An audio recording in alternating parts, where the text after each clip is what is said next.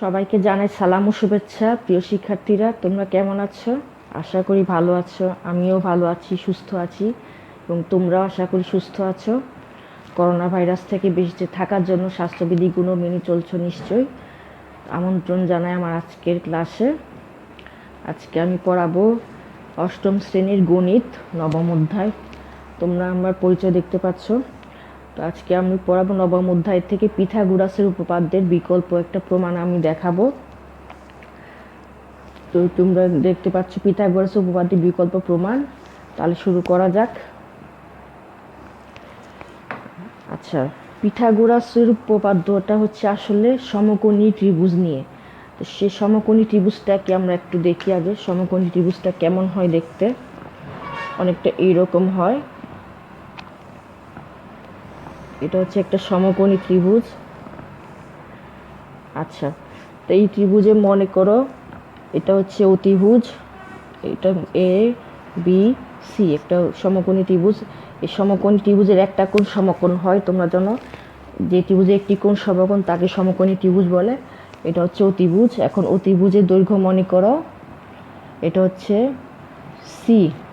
আচ্ছা, ধরলাম এটা হচ্ছে 5 সেন্টিমিটার বা 5 মিটার। এটা হচ্ছে ভূমি বা যে অন্য দুই বাহু, এটা হচ্ছে মনে করো 3 মিটার, আর এটা হচ্ছে 4 মিটার। তাহলে এইটার প্রত্যেকটা বাহুর উপর কি সেই বাহুর দৈর্ঘ্যের সমান নিয়ে একটা কি বর্গক্ষেত্র আমরা আঁকি। তোমরা দেখো, তাহলে অতিভুজের উপর একটা বর্গক্ষেত্র আঁকলাম সে অতিভুজের দৈর্ঘ্যের সমান বাহু নিয়ে।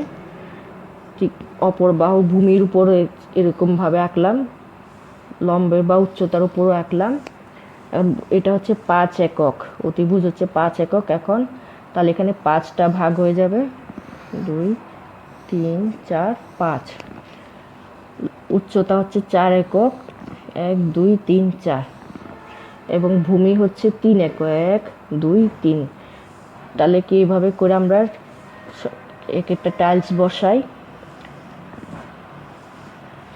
দেখো তোমরা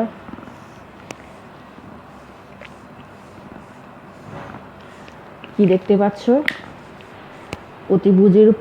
অতিভুজ হচ্ছে 5 একক। এখন এটার উপরে যে বর্গক্ষেত্র আমরা এঁকেছি সেটার প্রত্যেকটা বাহুর দৈর্ঘ্য হচ্ছে 5 একক। তাহলে অতিভুজের উপর অঙ্কিত বর্গক্ষেত্রের ক্ষেত্রফল কি হচ্ছে এখানে?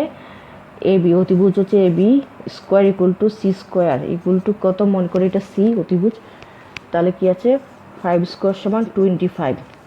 এরপরে অপর দুই বাহু মনে করো কি আছে? এসি। এসি স্কোয়ারকে আমরা ছোট হাতের বি দেবো। এসি মানে বি হচ্ছে উচ্চতা, তাহলে সেটার দৈর্ঘ্য হচ্ছে কি 4। তাহলে 4 স্কোয়ার। তাহলে উচ্চতার উপর অঙ্কিত বর্গক্ষেত্রের ক্ষেত্রফল হচ্ছে কি 16। এরপর ভূমির উপর অঙ্কিত বর্গক্ষেত্রের ক্ষেত্রফল হচ্ছে কত? বিসি স্কোয়ার, এটা হচ্ছে 3 স্কোয়ার সমান কত? 9। এখন তোমরা দেখো 16 এবং 9 দুটো যোগ করলে কি আসে? এবি স্কোয়ার, এটার সমান 25 আসে। তোমরা জানো 16 এবং 9 সমান কত? 25। তাহলে কি আসে এখানে? এবি স্কোয়ার ইকুয়াল টু কি হয়? AC square plus BC square, বা C square equal to AC সমান আমরা দিয়েছিলাম কি? B square plus A square. এর মানে কি? এবি হচ্ছে অতিভুজ, তোমরা চিত্রে দেখতে পাচ্ছ। অতিভুজের উপর অঙ্কিত বর্গক্ষেত্র অপর দুই বাহুর উপর অঙ্কিত বর্গক্ষেত্র দ্বয়ের সমষ্টির সমান। এটাই হচ্ছে পিথাগোরাস উপপাদ্যের মূল বিষয়। তাহলে পিথাগোরাস উপপাদ্যটা কি আমরা একটু দেখি। তাহলে পিথাগোরাস উপপাদ্য হচ্ছে একটি সমকোণী ত্রিভুজের অতিভুজের উপর অঙ্কিত বর্গক্ষেত্র অপর দুই বাহুর উপর অঙ্কিত বর্গক্ষেত্র দ্বয়ের সমষ্টির সমান।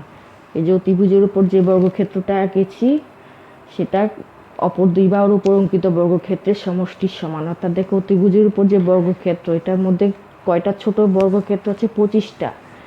এবং কি এটার উপর যে বর্গক্ষেত্র এঁকেছে সেটার মধ্যে কয়টা বর্গক্ষেত্র আছে? 9টা। তোমরা গুনে থাকো, 1 2 3 গুনে থাকো। এখানে 9টা আছে, এখানে আছে 25টা, এবং এখানে আছে কত? 16টা। তাহলে 9 যোগ 16 সমান কত? 25।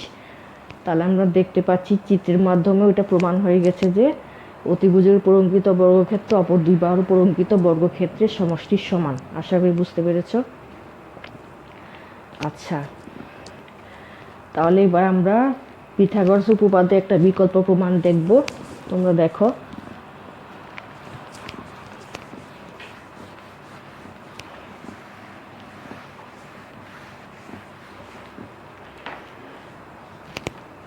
আচ্ছা তাহলে সাধারণ নির্বাচনটা আমরা লিখি আগে। সাধারণ নির্বাচন বিকল্প প্রমাণটা আমরা কিসের সাহায্যে করব? বীজগণিতীয় রাশি a মাইনাস বি হোল স্কোয়ারের সাহায্যে। তাহলে a minus B whole square এর বিস্তৃতির সাহায্যে পিথাগোরাসের উপপাদ্য প্রমাণ করতে হবে। এবার আমরা আঁকবো চিত্র। তাহলে চিত্রটা একটু আঁকি। দেখো, তাহলে এটা অতিভুজ, এটা উচ্চতা এবং এটা কি ভূমি। তাহলে আমরা একটু বিশেষ নির্বাচনটা লিখি। বিশেষ নির্বাচন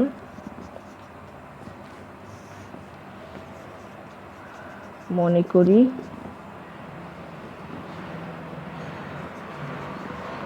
একটি সমকোণী ত্রিভুজের অতিভুজ সি, ভূমি বি এবং ভূমি হচ্ছে বি, উচ্চতা বা লম্ব হলো এ। তাহলে a minus B whole square এর বিস্তৃতির সাহায্যে প্রমাণ করতে হবে যে সি স্কোয়ার, সি হলো অতিভুজ, C square equal to A square plus B square, অর্থাৎ অতিভুজের উপর অঙ্কিত বর্গক্ষেত্র অপর দুই বাহুর উপর অঙ্কিত বর্গক্ষেত্রের সমষ্টির সমান। তাহলে এটা আমাদেরকে প্রমাণ করতে হবে। এবার আমরা করব অঙ্কন, মানে এখানে কিছু আঁকা বাকি আছে, সেই আঁকাটা আমরা একটু কমপ্লিট করি। এই যে সি এর সমান দৈর্ঘ্য, এটার সমান করে একটা বর্গক্ষেত্র এঁকে ফেলবো। এই অতিভুজের উপরই একটা বর্গক্ষেত্র এঁকে ফেলি।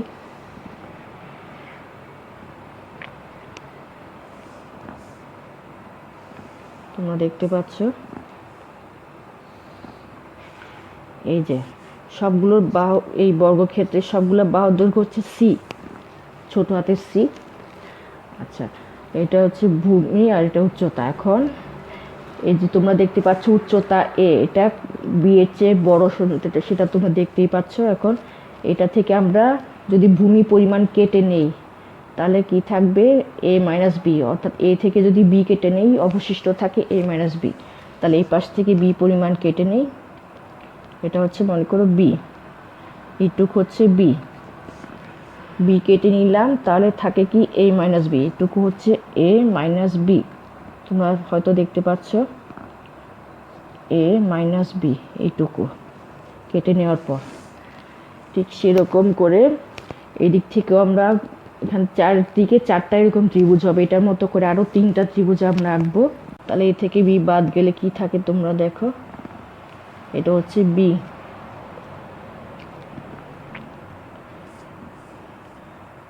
এইটুক এ আর এটা হচ্ছে বিটুকু বাদ দিলাম। তাহলে এইটা এ থেকে বি বাদ গেলে থাকে এ মাইনাস বি, চারিদিকে এ মাইনাস বি। তাহলে এটা একটা কি ছোট একটা বর্গক্ষেত্র হয়ে গেল, তোমরা দেখতে পাচ্ছ, যদিও হুবহু হলো না। তাহলে কি এই পুরা বর্গক্ষেত্রের ভিতরে চারটা সমকোণী ত্রিভুজ আঁকার পর মাঝখানে কি থাকে? একটা ছোট বর্গক্ষেত্র থাকে, যে ছোট বর্গক্ষেত্রের প্রত্যেকটা বাহু দৈর্ঘ্য হচ্ছে এ মাইনাস বি, অর্থাৎ এ থেকে বি বাদ দিলে থাকে এ মাইনাস বি। এই যে এটাও এ, এটাও এ, এটাও এ, সবগুলো এ। হ্যাঁ, তাহলে আমরা কি করলাম? তাহলে আমরা কি করেছি? প্রদত্ত ত্রিভুজটির সমান করে, এই ত্রিভুজটার সমান করে 4টি ত্রিভুজ, সমকোণী ত্রিভুজ প্রদর্শিত উপায়ে এঁকেছে। তাহলে প্রদত্ত ত্রিভুজটির সমান করে চিত্রে প্রদর্শিত উপায়ে 4টি সমকোণী ত্রিভুজ আঁকি। তাহলে টোটাল 4টা সমকোণী ত্রিভুজ এটার ভিতরে আছে, এই বড় বর্গক্ষেত্রের ভিতরে। যে বড় বর্গক্ষেত্রের প্রতি বাহুর দৈর্ঘ্য হচ্ছে সি, এবং ভিতরে যে ছোট বর্গক্ষেত্র, এটা প্রতিটা বাহুর দৈর্ঘ্য হচ্ছে a - b। আশা করি দেখতে পাচ্ছ। এবার আমরা কি করব, প্রমাণে যাই। তাহলে প্রমাণে যাচ্ছি, তোমরা দেখো।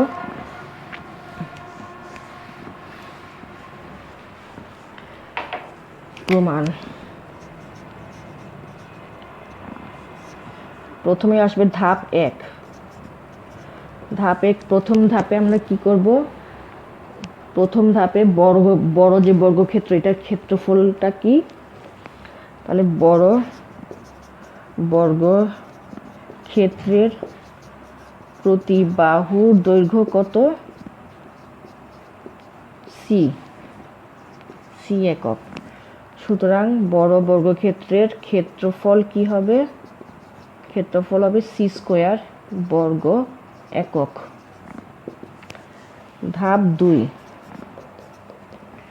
ছোট বর্গক্ষেত্র, যেটা তোমরা দেখতে পাচ্ছ মাঝখানে যে ছোট বর্গক্ষেত্র, এটা এই বর্গক্ষেত্রের প্রত্যেকটা বাহু দৈর্ঘ্য a - b কেন, কারণ এ হচ্ছে কি উচ্চতা, এই প্রত্যেকটা ত্রিভুজের উচ্চতা থেকে ভূমি বা অর্থাৎ b বাদ দিলে থাকে a - b। Say a - b হচ্ছে কি ছোট বর্গক্ষেত্রের প্রত্যেক বাহুর দৈর্ঘ্য। তাহলে ছোট বর্গক্ষেত্রের প্রতি বাহুর দৈর্ঘ্য হচ্ছে কত, a - b একক। সুতরাং ছোট বর্গক্ষেত্রের ক্ষেত্রফল সমান কি হবে, a - b² বর্গ একক। তাহলে কি বড় বর্গক্ষেত্রের ক্ষেত্রফল c² এবং ছোট বর্গক্ষেত্রের ক্ষেত্রফল হবে a - b²। এখন তোমরা দেখতে পাচ্ছ এটার বড় বর্গক্ষেত্রের ভিতরে 4টা সমকোণী ত্রিভুজ আছে, এবং কি মাঝখানে একটা ছোট বর্গক্ষেত্র আছে। এই সবগুলো 4টা ত্রিভুজ আর এবং এই ছোট বর্গক্ষেত্র যোগ করলে কার ক্ষেত্রফলের সমান হবে, এই বড় বর্গক্ষেত্রের ক্ষেত্রফলের সমান হবে। এখন সেই জিনিসটাই আমরা দেখব। আচ্ছা, তার আগে আমরা দেখব প্রত্যেকটা ত্রিভুজের ক্ষেত্রফল কত। তাহলে ধাপ 3-এ যাই আমরা। ধাপ 3-এ আমরা কি করব, প্রত্যেকটা সমকোণী ত্রিভুজের ক্ষেত্রফল বের করব। প্রতিটি সমকোণী ত্রিভুজ, যেহেতু প্রত্যেকটা সমকোণী ত্রিভুজই একই সমান ক্ষেত্রফল, সমকোণী ত্রিভুজের এখানে কি ক্ষেত্রফল সমান কি আমরা জানি, হাফ ইন্টু ভূমি গুণ উচ্চতা। হাফ ইন্টু ভূমি গুণ উচ্চতা। আমরা ভূমি দেখেছিলাম কত, b, উচ্চতা হচ্ছে a, সমান কত হবে, হাফ ইন্টু ab বর্গ একক। হাফ ab, a হচ্ছে উচ্চতা, b হচ্ছে ভূমি। সুতরাং 4টি সমকোণী ত্রিভুজের মোট ক্ষেত্রফল কত হবে, সমান 4 ইন্টু হাফ ab সমান কত, কাটাকাটি করলে হবে 2ab বর্গ একক। এবং মাঝখানের এটার ক্ষেত্রফল তো আমি আগেই দেখিয়েছিলাম। তাহলে এবার আসি ধাপ 4-এ। এখন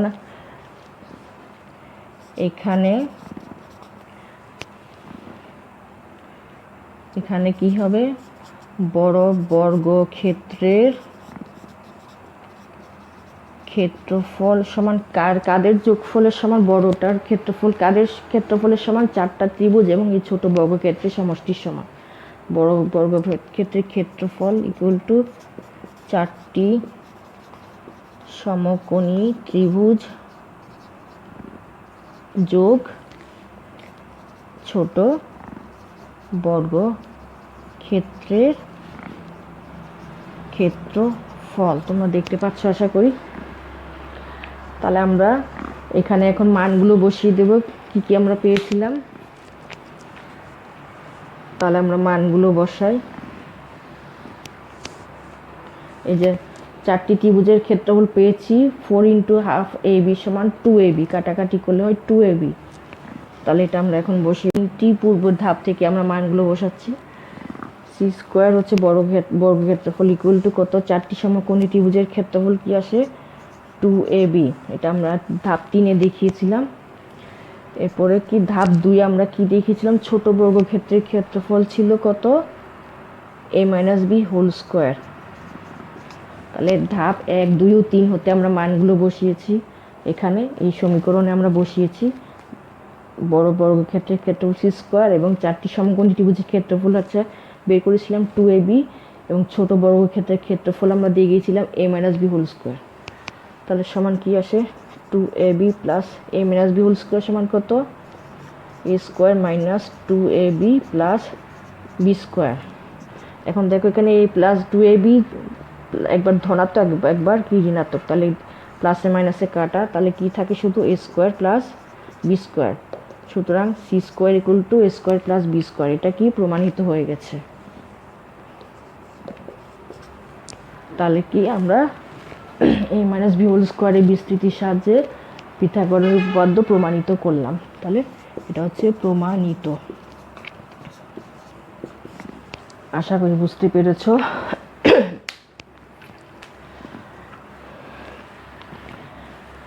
তাহলে আজকে এ পর্যন্তই, দেখা হবে আগামী ক্লাসে। ততদিন পর্যন্ত তোমরা ভালো করে পড়াশোনা করবে, সুস্থ থাকার চেষ্টা করবে এবং কি আমার জন্য দোয়া করবে। তো সবাই ভালো থেকো, সুস্থ থেকো। আল্লাহ হাফিজ।